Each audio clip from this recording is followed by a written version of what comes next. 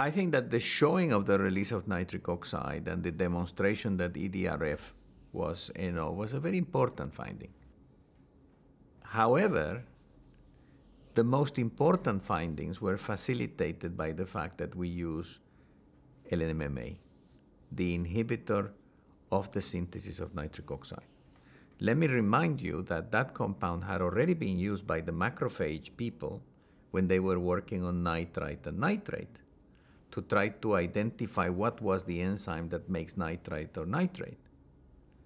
We picked it up and we tried it as an inhibitor of the synthesis of nitric oxide, and we were the first to show that.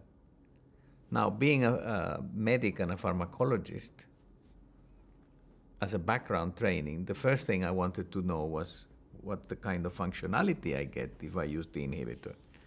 It's the most powerful thing you have if you are a pharmacologist, if you find a pharmacologically active agent.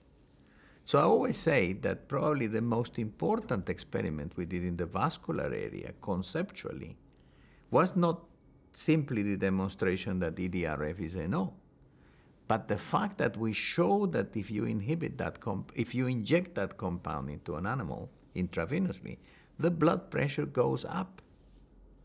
That has the most significant message you can imagine in relation to the concept of how the cardiovascular system works. Until that point, everybody who talk about blood pressure regulation talk about constrictor influences mainly. This experiment was telling us that vasodilator influences in the form of NO was probably the most important regulator of blood flow and blood pressure.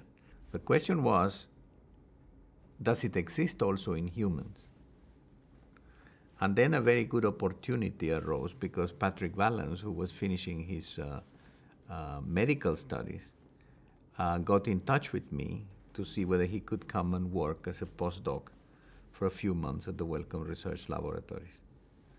And he came, and he had this technique by which he could infuse things into either the arterial or the venous circulation of the forearm and measure the responses to that. And we translated the experiments that we had done into humans with him into our own forearms.